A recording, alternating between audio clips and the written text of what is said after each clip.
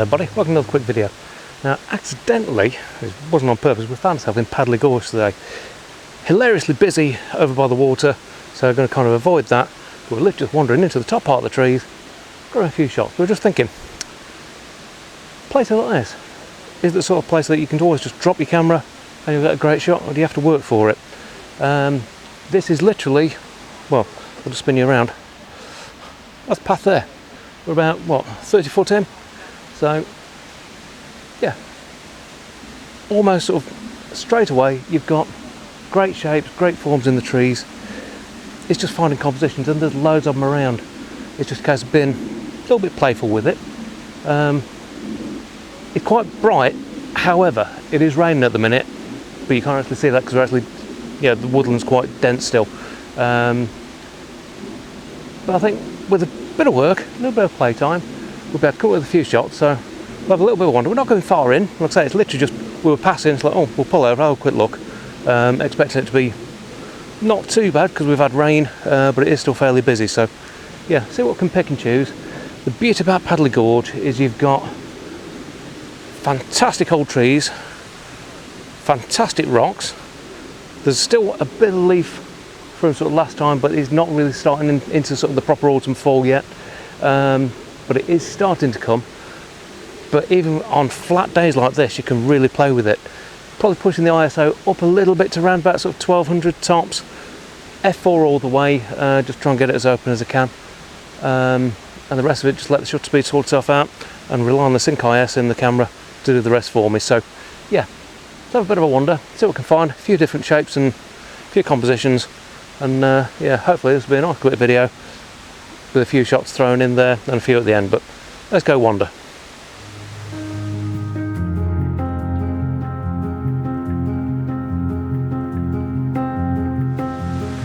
Now, because I've only got the 12 to 100 on today, can't really do any sort of real wide angle stuff, but I'm casing up things for sort of popping now when the autumn colours really start to pop on the leaves.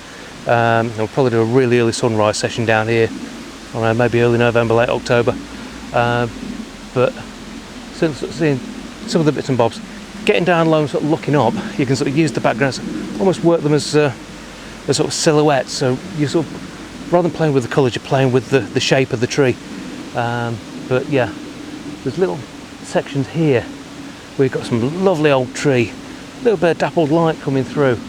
I might have sort of try and pop sort of a bit of a sort of a wide-ish panorama together, just to try and incorporate all them. Again, I'm not far away from where I just started the video, and it was just over there. There's so much here, it's like a photographer's playground, it's absolutely brilliant. So yeah, we'll get a few more shots here. One thing I'm looking for at the minute is fungi as well, because there's quite a lot of areas around here where it does stay nice and damp, so it's perfect fungi weather. But yeah, let's get more shots off.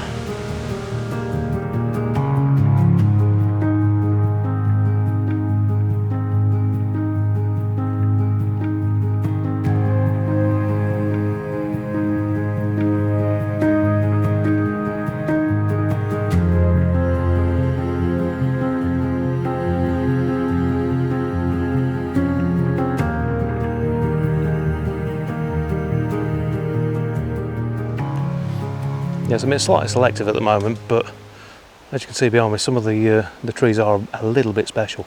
Probably a lot of these going up on a 5x4 crop on a portrait. Two reasons. One, I think 5x4 works really well for woodland. It's not too tall unless you've got a really sort of tall subject that you're playing with. But it seems to sort of suit the effect quite well. It's probably just personal preference, but I do quite like it. But yeah, so this bit that we're in, essentially Padley Gorge is sort of an open end section there, fenced off, and then you've got the main sort of run down toward Grindleford. This is the bit that's actually fenced off at the top end, but there's some lovely trees if you just venture up, and nobody comes up here, it's great.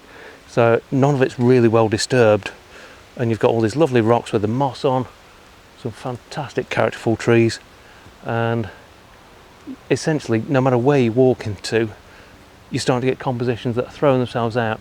And there's a bit of a tree over there, I don't know if you're about to see it, just over there, which from here looks horrible because you've got a tree in front of it and the tree behind, which is really your main subject. You move down there, it starts to frame itself up. So moving around the woodland really helps quite nicely.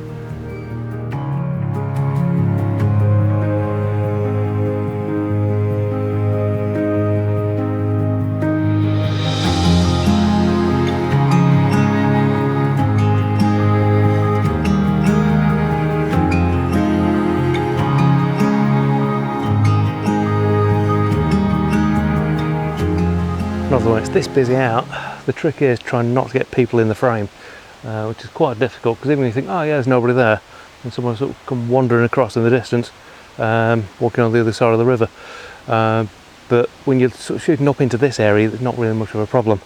But it is the sort of place where if you sort of go out, it doesn't really matter even if you've got your phone, as long as it's half bright day like it is today. It's not brilliant because obviously it's raining out there.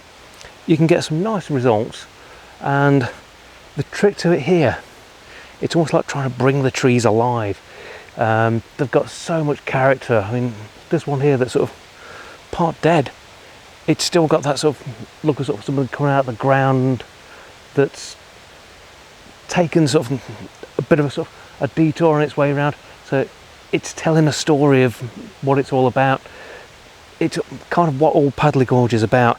It's almost like a fairy tale forest, which there's not many of them around now, sadly. A lot of them are sort of being essentially ruined by tourists, which is a bit of a shame. Padley Gorge so far is surviving, even though, well, just looking there, sort of cans and dog poo bags and stuff like that have been thrown down there. But if you sort of get further to the back, it's not too bad. But we're not going to go too deep today. Like I say, this is a quick wander through. Just looking for different compositions, seeing what's here, and essentially scouting out, ready for later in the year when the leaves start to turn properly, and we've got some really nice autumn colours.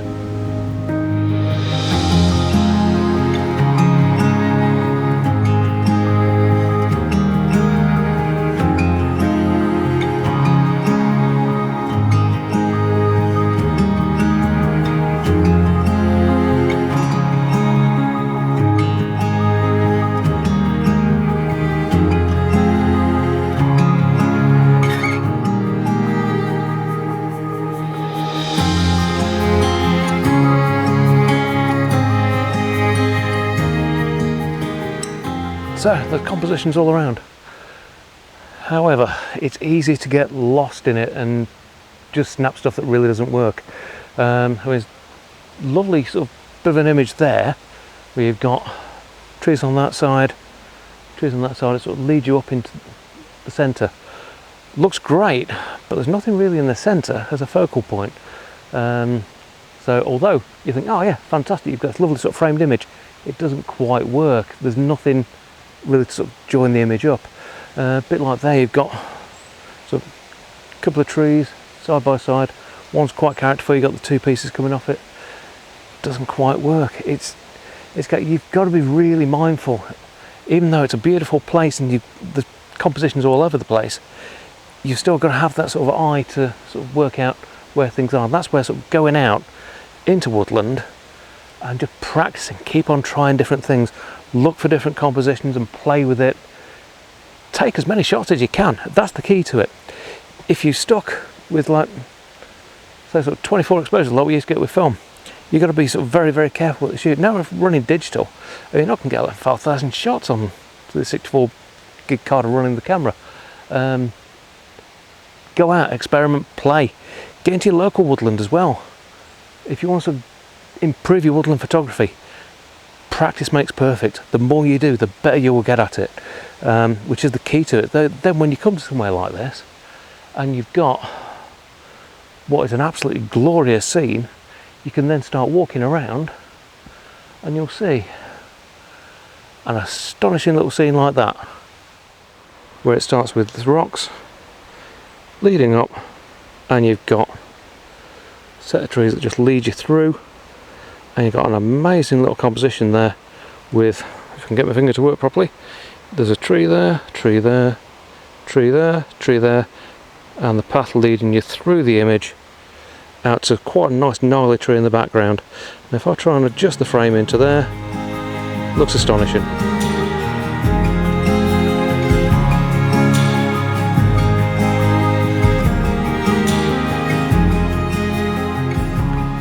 So if you can play with that image with a bit of post-production, pull some of that light bits down, bring up some of the shadows, play with it, literally push and pull it, you can get an astonishing thing. It looks very almost painterly. Normally it doesn't take much, but that's the sort of thing that, yeah, when you've had a bit more practice, you can sit there, just spin around in the spot, and you'll see different compositions popping out. It's really helpful to train your eye to see that sort of thing, and it's something that, God, I've been doing this for years now, and it's only really been the last sort of 5 years that I've started to see the woodland shots. It doesn't work every time. Sometimes you go to a place, there's nothing really there, but occasionally you'll come to a spot and you think, no, there's nothing, then you'll start moving around and you'll see things just slotting into place, and you'll be able to get a nice composition, but you do have to work for it. So when you've got honeypot locations like this, which are absolutely stunning, you still have to work for it a little bit, so it's not all plain sailing.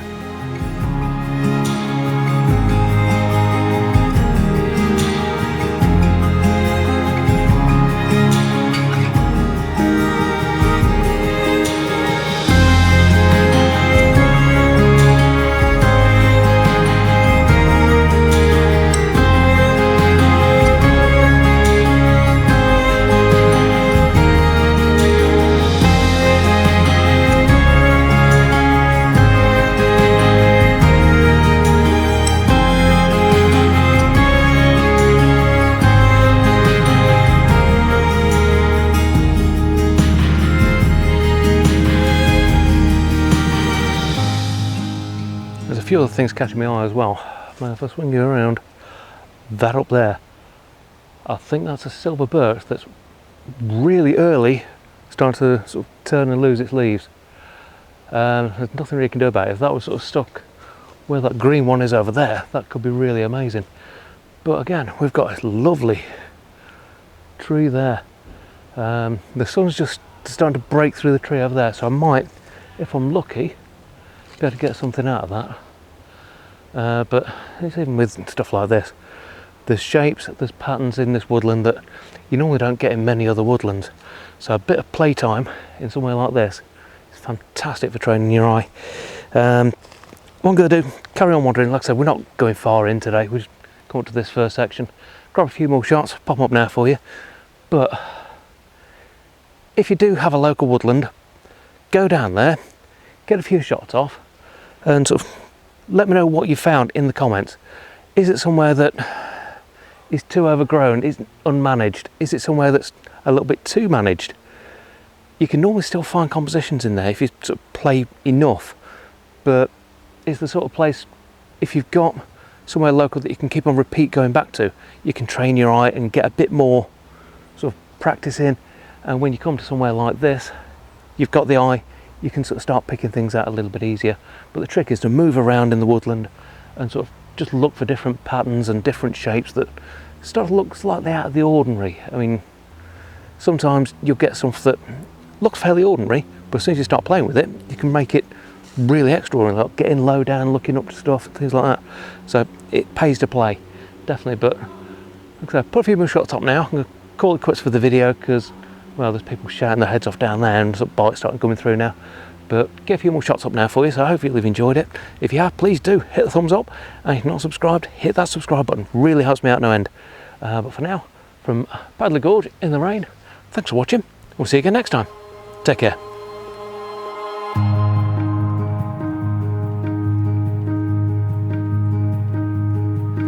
When you're tired and worn, and you feel like you can't go on, I'll be there to put one foot in front of the other.